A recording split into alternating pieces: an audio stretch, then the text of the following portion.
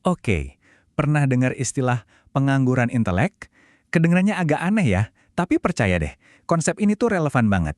Dan mungkin bisa mengubah cara kita mandang soal pendidikan dan pekerjaan.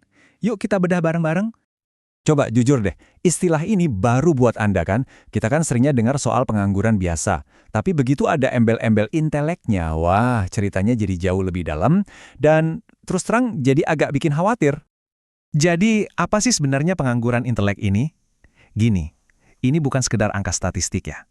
Anggap aja ini kayak sebuah penyakit kronis di masyarakat kita. Ini adalah kondisi di mana para sarjana, orang-orang pinter yang kita harapkan jadi motor penggerak bangsa, malah jadi pengangguran. Loh, kok bisa? Nah, karena ada yang salah dari akarnya. Dari cara kita memandang pendidikan itu sendiri. Untuk ngebongkar penyakit ini, kita perlu lihat akarnya ada di mana. Dan ternyata masalah utamanya itu ada di sebuah paradigma yang keliru.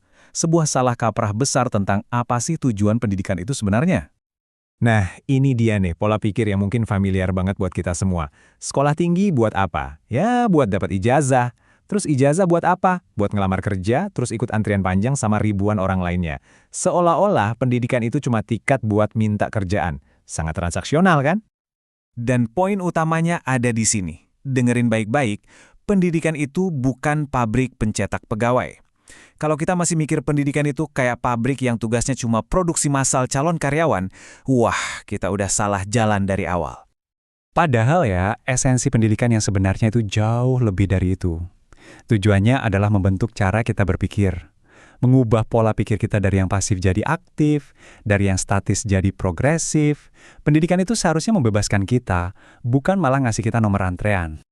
Nah, disinilah kita bisa lihat dua kutub yang beda banget. Di sebelah kiri ada mentalitas pencari kerja, pasif, ngarep, dan bergantung sama orang lain. Di sebelah kanan ada mentalitas pencipta kerja, proaktif, inovatif, dan mandiri. Nah, si penyakit pengangguran intelek itu tumbuh subur banget di mentalitas yang sebelah kiri. Coba deh kita lihat realitanya.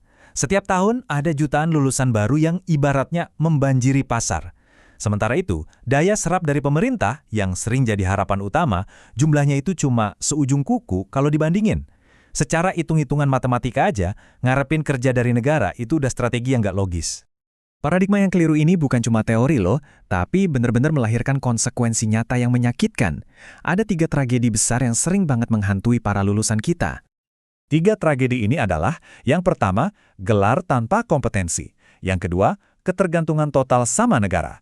Dan yang ketiga, tragedi salah jurusan atau mismatch dalam pekerjaan. Oke, mari kita kupas satu persatu. Tragedi pertama itu ilusi kalau selembar ijazah udah cukup. Di dunia yang kompetitifnya gila-gilaan kayak sekarang, gelar doang tanpa kemampuan nyata, tanpa skill yang bisa dipakai kerja, ya pada dasarnya nggak ada gunanya. Itu nggak bakal bikin kamu bisa bersaing. Tragedi kedua itu jebakan ketergantungan.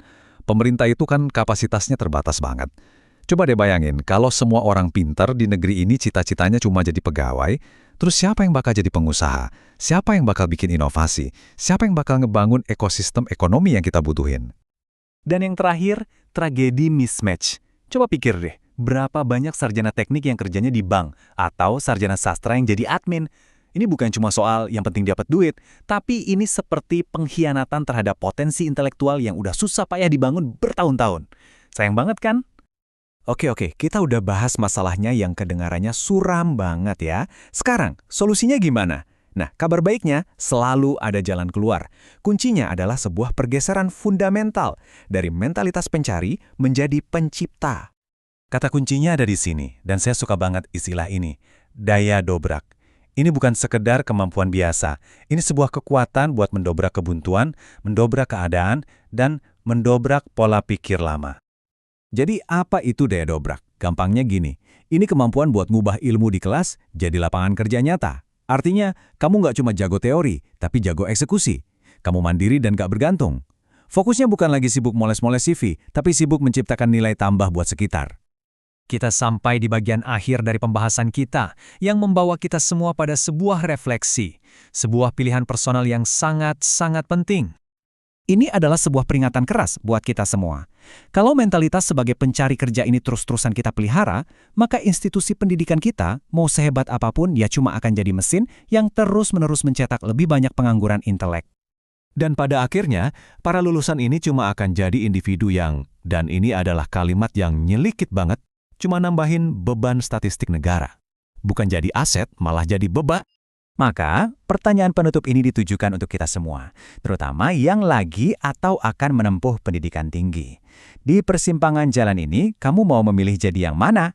Sekedar angka yang nambahin beban statistik, atau jadi seorang pencipta yang membuka jalan buat diri sendiri dan orang lain? Pilihannya ada di tangan kamu.